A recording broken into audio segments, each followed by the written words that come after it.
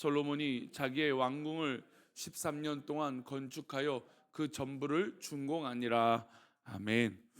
예, 기도하겠습니다. 하나님, 긴 연휴를 보내고 또 가족과 함께 또 여러 가지 모양으로 연휴와 휴일을 보내고 또 이렇게 새벽에 하나님 앞에 예배를 드리며 기도하는 우리 믿음의 백성들을 붙들어 주시고, 우리의 기도의 손을 하나님 축복하셔서 이 기도하는 손이 하나님 앞에 또 나의 삶 앞에 부끄럽지 않는 그런 기도의 삶이 되도록 하나님 은혜를 내려주시고, 또 성령의 기름 부으심을 하나님 우리가 기도할 때 허락하여 주옵소서.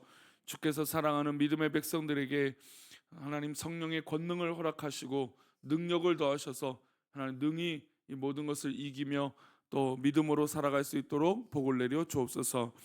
이 시간 1천 번째로 드려진 예물과 또 범사에 감사하여 드려진 예물 하나님 기뻐 받아 주시고, 또 말씀을 나눌 때 주여 우리와 함께하여 주옵소서. 감사하며 예수님의 이름으로 기도 올려옵나이다. 아멘. 네. 아무리 이제 좋은 것이라도 과하면 탈이 납니다. 당연히 또 부족해도 탈이 나는 것이죠. 우리가 잘 알고 있는 이 항생제가 있습니다. 항생제를 쓰면 이 몸에 있는 어떤 염증이라든지 나쁜 것들을 잡을 수 있죠. 그러나 오히려 이 항생제가 독이 될 때가 있습니다. 항생제가 사람을 살리는 약이 될 때도 있지만 오히려 남용하거나 잘못되면 이 내성균이 생겨서 더 심각한 문제가 생길 수 있다라는 것이죠. 그러니까 참 우리 이 신체가 참 이렇게 신묘한 거예요. 그냥 우리가 인간의 계획대로 계산대로 탁탁탁탁 되어지는 것이 아닌 것이죠. 그러니까 과하거나 덜하거나 하면 문제가 생기는 것이죠. 그래서 균형점을 찾는다는 것이 굉장히 중요합니다. 요즘 이제 젊은 사람들이 쓰는 표현 중에 하나가 워라밸이라고 하는 단어가 있습니다. 그러니까 즉 일하는 것도 좋지만 또 그 나머지 시간도 자기에게 중요하다. 하지만 뭐 노는 것이 뭐 아니면 또 자기만을 위한 이 여가의 시간이 더 중요해 버리면 일하는 건 당연히 궁핍해지죠. 그러니까 어떻게 보면 이 워라밸이라는 것은 균형을 찾아야 돼요. 열심히 일하는 것도 중요하지만 자신을 위해서 아니면 운동이라든지 아니면 여러 가지 인생의 어떤 이 여유로움, 뭐 또 때로는 어떤 즐거움, 그러니까 제가 아닌 것들을 쫓아서 이게 자신을 위해서 투자하고 뭐 이런 것들이 균형이 있어야죠. 그러니까 어쨌든 이런 균형적인 삶이 되지 않은 것은 한쪽으로 기울게 되면 언제나 문제가 되고 탈이 나는 것입니다. 뭐 한때 유명한 뭐 채식주의, 뭐 어떤 이 음식을 먹는 어떤 그런 것도 분명히 이 균형이 없어서는 안 된다는 걸 늘 이 통계로 보여주게 됩니다. 물론 야채가 중요하죠. 그러나 또 야채만 먹는 것이 또 안 좋을 수도 있다라는 것. 그러니까 균형이 있어야 된다는 것이죠. 특별히 믿음 생활도 이 균형이 굉장히 중요합니다. 믿음 생활도 어느 한쪽에 치우치거나 또 믿음과 우리 실제의 삶이 이게 어긋나거나 이러면 안 되는 것이죠. 오늘 본문에선 어떻게 보면 이제 솔로몬이 왜 솔로몬의 시대에서 이렇게 남북으로 갈라지고 또 망하게 되어지게 되는가, 나라가 분열을 일으키게 되는가, 또 우상으로 물들게 되어지는가라고 하는 어떤 그런 이 균형점이 무너지기 시작하는 그런 모습이 드러나는 어떤 그런 이 성경의 시작이라고 할 수 있습니다. 성전 건축을 위해서 솔로몬이 7년 동안 이스라엘 백성들과 함께 이 성전 건축을 했습니다. 그러니까 7년 동안 성전 건축을 했다면 뭘 해야 될까요? 사실 좀 쉬어야죠. 이번 연휴가 좀 이렇게 길었다는데 어떻게 잘 쉬셨습니까? 쉬는 것도 사실은 잘 쉬어야 돼요. 회복이 있어야 되고 잠도 좀 푹 자고 또 뭐 어떤 이 만남도 또 이 활동도 있어야죠. 근데 쉴 때도 잘 쉬어야 돼요. 근데 쉴 때 잘 못 쉬는 경우들이 많죠. 염려가 있고 또 걱정이 많으면 쉬는데도 쉬는 것 같지 않은 그런 것들이 있다라는 것이죠. 솔로몬이 이스라엘 백성들에게 또 사실은 이제 왕으로서 이 노역을 시킨 거예요. 성전 건축이란 건 굉장히 아름다운 거지만 그러나 그것도 역시 일을 하는 거죠. 하나님을 위해서 일했다. 그래서 성전 건축은 그래도 이 명분과 어떻게 보면 이 다윗 때부터 준비된 것들이 탁 들어맞을 수 있어요. 참 아름다운 거죠. 근데 문제는 그 이후에 일어나는 거예요. 성전 건축을 7년 동안 했다면 좀 심의 시간을 갖고 여러 가지 활동을 했는데 그 다음에 무엇을 하냐면 왕궁을 건축을 해요. 근데 이 왕궁이 몇 년이나 걸리냐면 13년이나 걸려요. 그러니까 성전 건축을 7년 동안 했다면 이 두 배의 시간이 더 들여서 이 왕궁을 또 짓게 됩니다. 그러니까 이스라엘 백성들 앞에서는 또한 몇 년이 지금 계속 건축만 하고 있는 건가요? 20년 가까이 일을 하고 있는 겁니다. 우리 1절 말씀인데요. 다시 한번 보겠습니다. 솔로몬이 자기의 왕궁을 13년 동안 건축하여 그 전부를 준공하니라. 그러니까 이 성전 건축의 7년 이후에 13년이라고 하는 시간들을 이 왕궁을 위해서, 자기의 왕궁을 위해서 건축을 한 겁니다. 그러니까 아무리 좋은 의도와 아무리 좋은 뭐 배경을 갖고 있더라도 이 지속된 이 봉사는, 일은, 노역은 불평을 당연히 따를 수밖에 없는 것이죠. 백성들은 계속해서 부역 가운데 20년을 보내게 됩니다. 아까 말씀드린 대로 성전 건축은 그래도 명분이 있잖아요. 그렇죠? 성전이 없었으니까. 근데 이 나머지 13년의 왕궁을 위해서는 사실 좀 명분이 좀 떨어졌어요. 하나님도 크게 기뻐하시지 않는 공사입니다. 하나님이 뭐 성전을 건축하는데 7년인데 왕궁을 건설하는데 거의 2배가 들었다? 이것도 뭔가가 문제 있죠. 사실 성전 건축도 굉장히 심혈을 기울이고 정성을 다했잖아요. 그게 7년이었어요. 근데 왕궁이 13년 걸렸다는 건 이미 왕궁에 대한 어떤 그런 의미가 더 커졌다라는 거예요. 그러니까 다윗이 하나님의 성전이 없어 자기는 이 백향목 궁에 거니고 있는데, 살고 있는데 하나님의 언약궤는 저 천막에 있다. 그런 이 원칙적인 이 어떤 신앙의 고백이 무너져 버린 거죠. 그러니까 자기를 위해서. 물론 여기서 또 질문이 있어요. 할 수도 있어요. 아니 뭐 하나님을 위해서 뭔가 했다면 또 자기를 위해서도 뭘 해야죠. 그렇습니다. 또 그게 균형적인 거니까. 그런데 문제는 자기의 궁을 위해서 더 많은 시간이 들어지는데 그 의미가 노역을 위한 거다. 노역이 돼 버렸다. 이건 문제가 있는 것이죠. 그러니까 일을 위한 일이 되어 버린 거죠. 이스라엘 백성들 입장에서는. 그러니 당연히 하나님이 기뻐하시지 않은 이유들이 도처에 깔리게 됩니다. 그리고 이 궁을 건축한 목적이 또 성경에 기록되어 있어요. 우리 8절 말씀인데요. 보겠습니다. 함께 읽겠습니다. 솔로몬이 그 양식이 동일하며 솔로몬이 또 그가 장가든 바로의 딸을 위하여 집을 지었는데 그 주랑과 같더라. 그러니까 궁을 지는데 그럴 수 있어. 왕궁 지어야죠. 지을 수도 있어요. 근데 2배의 시간이 더 들어가는데 성전 건축할 이 이후에 이 모습이 하나님께서 기뻐하시지 않는 이유가 있었어요. 뭡니까?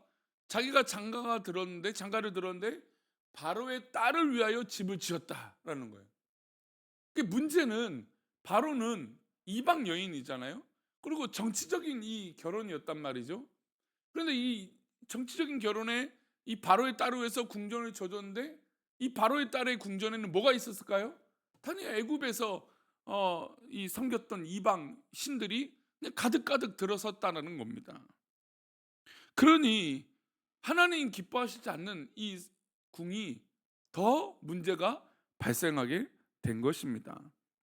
어떻게 거룩한 성 예루살렘에, 하나님 기뻐하시는 이 예루살렘에 어떻게 이방 이 신들이 들어올 수 있겠습니까? 그게 문제가 된 것이죠. 결국 솔로몬은 13년 동안의 건축을 통해서 애굽의 신들을 위한 이 자리를 만든 거예요. 이스라엘의 핵심 예루살렘 궁 안에 건축한 꼴이 되은 거예요. 그러니까 이방 신의 성전을 건축한 꼴이 되어 버린 것이죠.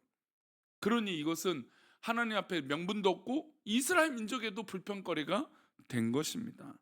그러니 백성들에게도 민심을 점점점 잃게 된 것입니다. 사실 이스라엘 백성의 다윗을 이후에 솔로몬이 왕이 돼서 얼마나 이스라엘 백성들이 기뻐했습니까? 그가 재판할 때마다 명쾌한 재판을 했고 정말 어떻게 이렇게 지혜로운 왕이 있을 수 있을까? 그래서 다윗의 위대함이 정말 솔로몬으로 인해서 싹 사라지는 어떤 그런 세대 교체가 딱 이루어지고 있는데, 아니 점점점 열매를 맺는 게 아니라 하나님 기뻐하시는 하지 않는 일들이 점점 드러나게 된 것입니다. 결국 이 일은 어떻게 보면 균형이 무너진 거예요. 성전 건축은 7년이라면 어떤 자기의 궁과 이 바로의 딸을 위한 이 궁을 위해서, 또 게다가 이방 이 모습을 위해서 13년이라는 시간을 더 들였다. 이미 이것은 이 신앙적 균형이 무너져 버린 겁니다. 우리는 우리 삶에서 이것을 굉장히 고민을 해야 돼요. 또 교회는 당연히 우리의 삶을 그냥 뭐 무시한 채 이렇게 되어서도 안 되겠죠. 그러니까 신앙과 우리의 삶이 균형이 이루어져야 돼요. 물론 하나님 앞에 내 모든 중심을 더 두면 당연히 하나님께서 나머지 우리의 삶을 책임져 주실 것을 믿습니다. 사실 그게 더 긍정적이고 더 아름다운 것이죠. 그런데 어쨌든 우리가 이런 신앙적 균형이 없이 이 한쪽 부분들이 무너진다, 지나쳐 버린다, 어느 부분이나 탈이 나게 되는 것이죠. 우리가 성경을 읽는다면 읽은 말씀을 붙들고 뭐가 또 균형을 이뤄야 될까요? 말씀을 읽었다면, 또 예배를 드렸다면 우리의 실생활 가운데 뭐가 또 균형이 이뤄야 될까요? 기도하는 삶이 균형이 이루어져야 돼요. 어떤 분들 보면 예배는 잘 드리는데 뭐 기도하는 건 힘들어해요. 어려워해요. 또 어떤 분들은 기도를 막 열심히 하는데 예배를 드리는 이 모습이나 하나님 앞에 성경을 읽는 건 또 되게 힘들어해요. 어떤 이 균형적인 것도 굉장히 중요하다는 겁니다. 우리가 균형을 잡아야 될 것은 예배와 삶의 균형이에요. 공동체로서 모여서 드리는 예배는 너무나 중요합니다. 새벽 예배, 주일 예배, 수요 예배 등 이것을 통해서 하나님의 영광을 돌리는 것이죠. 그런데 이제 가정에 돌아가서도 마찬가지예요. 가정에 돌아가서도 하나님의 나라가 임해야죠. 가정에 갔는데 하나님의 나라가 임하지 않고 늘 어려움과 불평과 또 험난한 일들만 있는 거예요. 내 삶에서 하나님의 사랑과 신앙이 균형적으로 드러나지 못해요. 그러니까 문제가 발생되는 것이죠. 또 이것으로 끝나서는 안 됩니다. 예배당을 떠나서부터 예배가 시작되는 것을 또 기억해야 돼요. 예배당에서만 예배가 있는 것이 아니죠. 우리 삶에서도 예배가 있는 겁니다. 누구를 만나든지 어디 있든지 기도함으로 만나고 또 그것이 예배가 되도록 해야 돼요. 악한 것에 물들지 않고 악한 것이 우리를 공격하지 않도록 우리의 삶에서 신앙적인 방어와 하나님 기뻐하시는 것으로 채워나가야죠. 이게 균형을 이뤄야 돼요. 아니 예배당에 와서는 천사가 되는데 세상 나가서는 정말 지탄받고 조롱거리 되는 그런 사람이 되어서는 안 되죠. 우리는 항상 어디쯤 위치해 있는지 또 살펴봐야 됩니다. 그래서 우리가 성도들이 신앙생활을 열심히 하면 할수록 내가 어디에 위치해 있는지 잘 봐야 돼요. 내가 내 위치를 지나쳐서도 문제가 생겨요. 또 하나님의 책무를 다하지 못하는 것도 문제가 생기는 거예요. 그러니까 지나치지 않도록 내가 있는 그곳, 하나님 기뻐하시는 그곳이 되기를 축원합니다. 그러니까 한쪽으로 치우친다라는 게 늘 우리의 삶에 문제가 되고 병이 생기는 것이죠. 솔로몬이 그랬던 것처럼 말이라는 것이죠. 건축에 사로잡혀서 20년간 눈코 뜰 새 없이 지내온 그의 20년의 세월은 어떻게 보면 하나님께서 결국 기뻐하시지 않는 것으로 결론이 나아진 것입니다. 우리가 만약에 솔로몬이 이방 이 여인과 이 이방 신들에 대해서 조심을 했다면 아마 이스라엘 역사들은 또 바뀌었겠죠.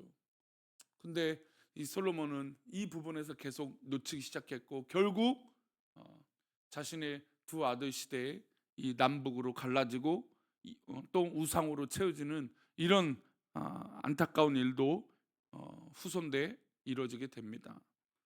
우리는 지금 선대의 신앙의 삶을 살고 있습니다. 그렇다면 우리 후대의 삶을 바라볼 때 우리가 이 후대, 우리 후손들, 우리 자녀들을 바라볼 때 어떻게 신앙적 영향력을 나타내야 될까요? 이런 고민이 바로 이 균형적인 삶의 영향력인 거예요. 교회에서는 아름답고 하지만 집에 가서 그 아름다운 영향력을 가야 돼요. 근데 집에 가면 우선순위가 바뀌어요. 아이들이 성공, 아이들의 잘됨, 하나님 앞에 말씀과 삶의 균형이 되어야 되는데 집에 가서는 무조건 잘 되라 잘 되라 이거예요. 근데 그 잘 되라는 게 그 아이들에겐 굉장히 큰 스트레스죠. 어떤 의미인지도 모른 채 어렸을 때부터 잘 되는 것이 무엇인지 모른 채 자라기 때문이죠. 그러니까 균형이 무너진 거예요. 지금 우리 젊은 세대들이 이 균형이 완전히 무너져 버린 거예요. 일하는 가치도 없죠. 신앙적인 어떤 그런 올바른 이 철학적 가치도 없죠. 그러니까 지금 삶에 뭔가 자기는 되게 윤택하고 뭐 풍요로운 시대에 살고 있는데도 오히려 빈곤해요. 행복하지가 않은 거예요. 왜요? 삶에서 이 균형이 무너졌기 때문이죠. 그러니 우리 이 시대에 우리는 다시 회복해야 됩니다. 우리의 신앙적 삶과 우리 실제의 삶이 가치가 똑같아져야 돼요. 내 신앙적 삶과 실제의 삶도 가치가 동일해져야 돼요. 우리 자녀들을 향해서도 잘 살아야죠. 근데 왜 잘 살아야 되는지 가르쳐야죠. 그것이 바로 균형이라는 겁니다. 오늘도 믿음의 행함의 균형과 기도의 말씀과 균형과 실제 삶의 균형이 하나님 기뻐하시는 영역에서 일어나기를 축원합니다. 혹시나 우리 삶에서 이 균형이 무너진 것이 있다면 오늘부터 또 기도하십시오. 작정하고 기도하십시오. 하나님, 이것이 무너졌다면 회복하게 해달라고 기도합시다. 그렇다면 하나님께서 우리 삶의 영역에서 회복시켜 주시고 그 균형을 잡아서 정말 올바르고 바른 삶으로 인도하실 것을 믿습니다. 기도하겠습니다. 하나님 아버지, 우리가 오늘 하루를 살아갑니다. 귀한 하루를 살아갈 때 우리가 하나님 기뻐하시는 것으로 또 균형을 잡으며 또 세상에 물들지 않고 또 그 중심점을 잡으며 살아갈 수 있도록 은혜를 내려 주옵소서. 우리가 언제나 내가 서 있는 그곳이 어떤 의미가 있는지 깨닫게 하여 주시고 하나님 기뻐하시는 것으로 균형을 잡으며 채워 나갈 수 있는 은혜가 있을 수 있도록 복을 내려 주옵소서. 교회에 와서만 신앙이 아니라 교회 바깥에서도 신앙의 균형적인 삶이 우리 가운데 있게 하여 주옵소서. 오늘도 그렇게 우리를 인도하실 것을 믿사오며 거룩하신 예수 그리스도 이름으로 기도 올려옵나이다. 아멘.